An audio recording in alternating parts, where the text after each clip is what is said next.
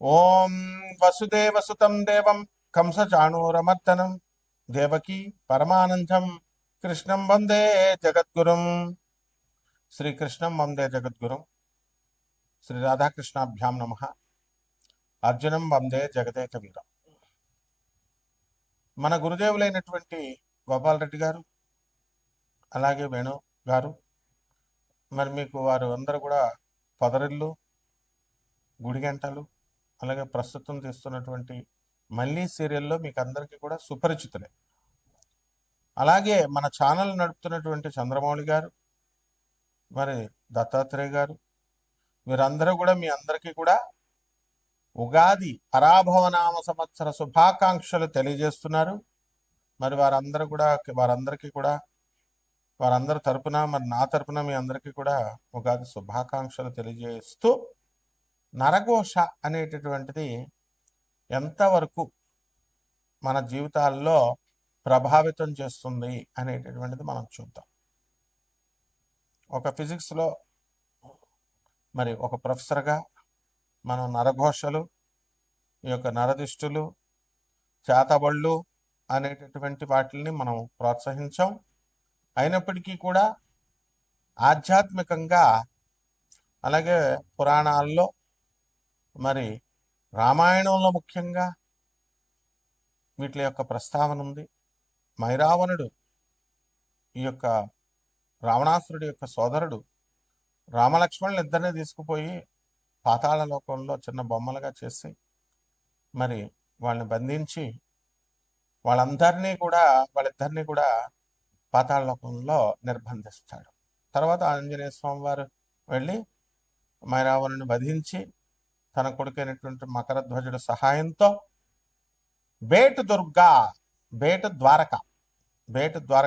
ద్వారకలో మనకి గుజరాత్లో ఉంది. మరి అక్కడి నుంచి ఇద్దరు పాతాళ లోకానికి వెళ్తాడు స్వామివారు. అది బెర్ముడా ట్రయాంగల్ అనేటటువంటిది మీరు విన్నారు. అట్లాంటిక్ మహాసముద్రంలో ఉంటుంది. ఫ్లోరిడా, తర్వాత ఈ యొక్క బెర్ముడా అనేటటువంటి ఈ యొక్క అట్లాంటిక్ మహాసముద్రంలో, ఆ దేశాల మధ్యలో అత్యంత గురుత్వాకర్షణ శక్తి ఉన్నటువంటి ప్రాంతం అది.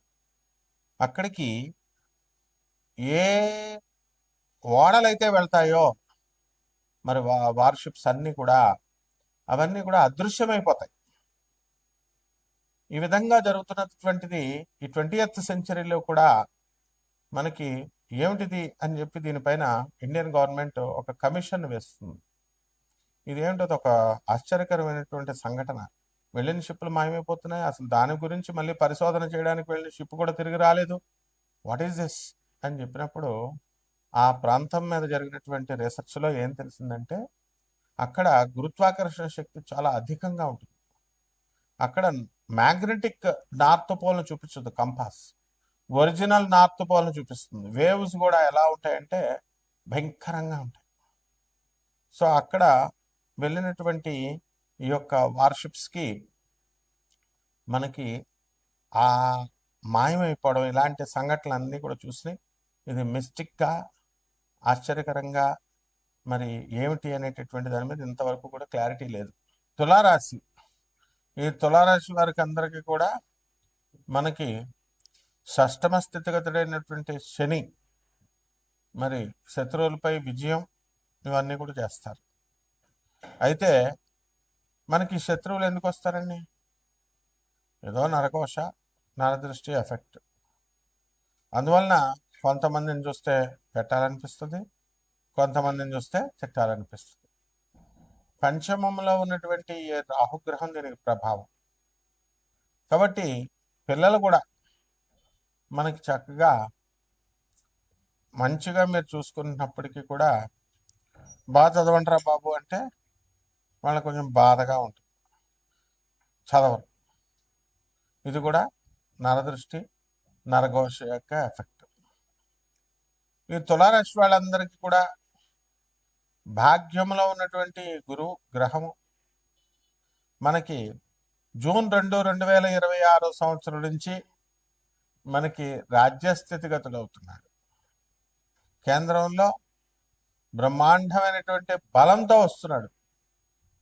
అందువలన ఈ యొక్క తులారాశి వారికి అందరికీ కూడా వృత్తిలో చాలా బ్రహ్మాండంగా ముందుకు వెళ్ళిపోతూ ఉండాలి.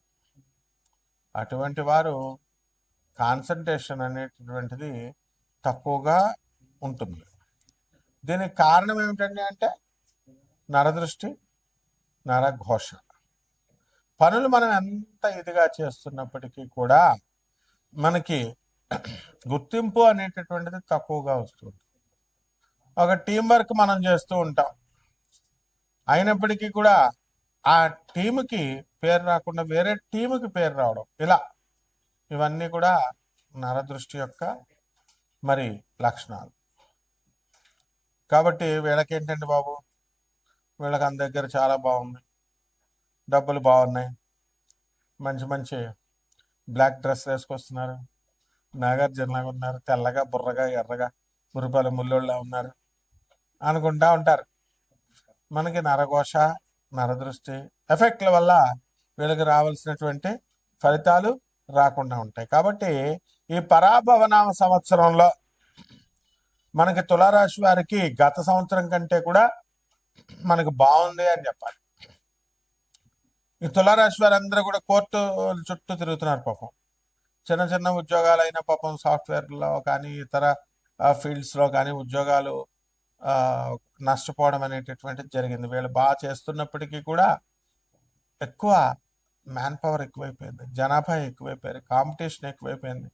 దీనివల్ల మనకే ఎందుకు ఎఫెక్ట్ పడాలి అంటే నరఘోష, నరదృష్టి యొక్క ఎఫెక్ట్లు అనమాట. మనం కోర్టుల చుట్టూ తిరుగుతూ ఉంటాం. దీనికి కారణం ఏంటంటే పాపం మనం తప్పు చేయకపోయినప్పటికీ కూడా మనకి ఏమిట్రా అంటే మన తల్లిదండ్రులు చేసినటువంటివి, వాళ్ళ తెలివి తక్కువ పనుల వల్ల మన ఆస్తులన్నీ కూడా వేరే కపటగాళ్ళ చేతుల్లో ఇరుక్కుపోవడము, మనం కోర్టుల చుట్టూ వాటిని పోరాడపడము, లాయర్లు మేపడము, ఇలా జరుగుతూ ఉంటాయి. ముఖ్యంగా ఈ సినీ రంగం, మీడియా రంగాల్లో ఉన్నటువంటి వాళ్ళకి ఈ యొక్క నరఘోష గ్లామర్ ఫీల్డ్ కదా, గ్లామర్ ఫీల్డ్. అందువల్ల వీళ్ళకి ఏంటంటే టీవీ వాళ్ళు, సినిమా వాళ్ళు పార్టీలు బాగా చేసుకుంటారు, డబ్బులు బాగా వస్తూ ఉంటాయి, నిత్య కళ్యాణం పచ్చ తోరణం, ఆ విధంగా వీళ్ళందరూ ఉంటారనుకుంటారు. కానీ పాపం వాళ్ళకు ఉండే సమస్యలు వాళ్ళకు ఉంటాయి. ఇదంతా కూడా నరఘోష, నరదృష్టి ఎఫెక్ట్లు.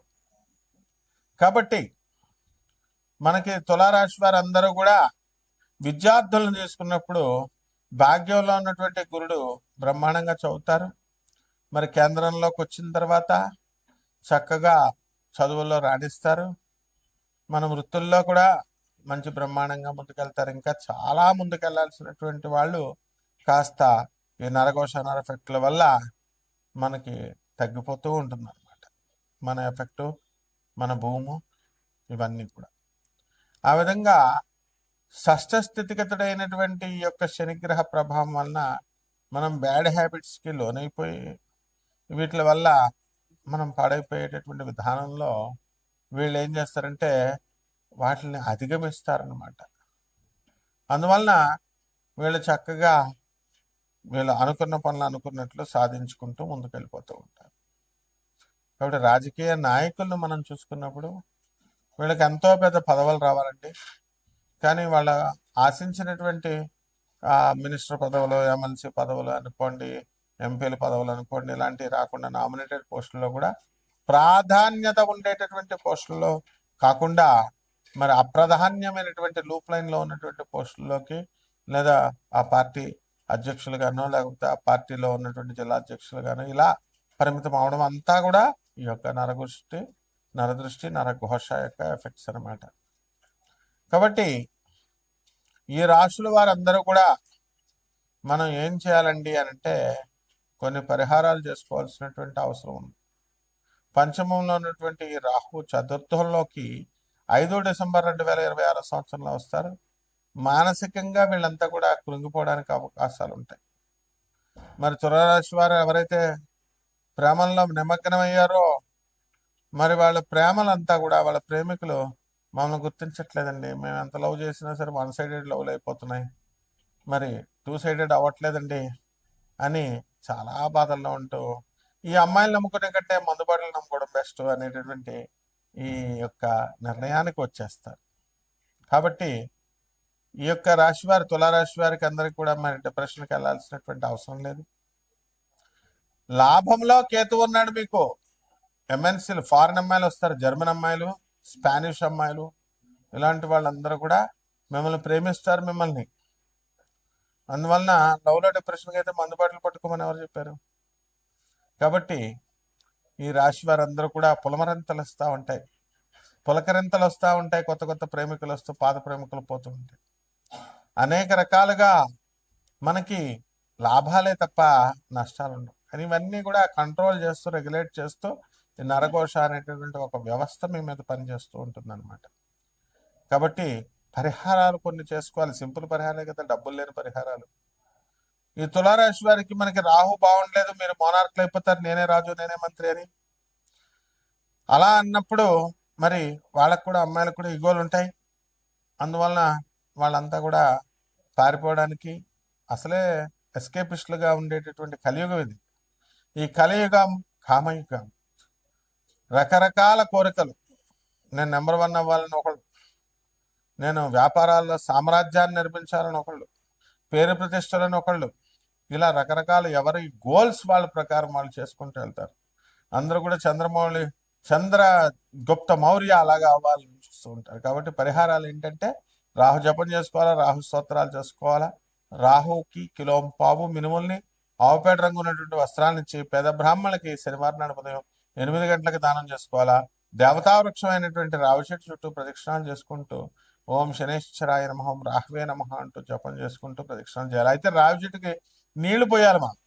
కానీ మనం ఏం చేస్తాం, స్పూన్ నీళ్లు పోస్తాం అంతే. ఇప్పుడు నీళ్లు పోయమన్నాడుగా సిద్ధాంతి గారు, స్పూన్ పోస్తే చాలు అన్నట్టు స్పూన్ పోస్తారు. రావి చెంబుల్లో నార్త్ ఇండియన్ అమ్మాయిలు చూడండి, వాళ్ళంతా ముసుగులు వేసుకుని వచ్చి చిన్న చెంబులు తీసుకుని ఓం నమః శివాయ అంటే రావి చెట్టుకి వేసుకుంటారు. ఈ రావి చెట్టు ఏంటండి అంటే లింగ రూపం, అది పరమేశ్వరుని యొక్క స్వరూపం. కాబట్టి పుష్కలంగా 2-3 బకెట్లు నీళ్లు పోసి ప్రదక్షిణాలు చేసుకోండి, బ్రహ్మాండంగా ఉంటుంది. శుభమస్తు.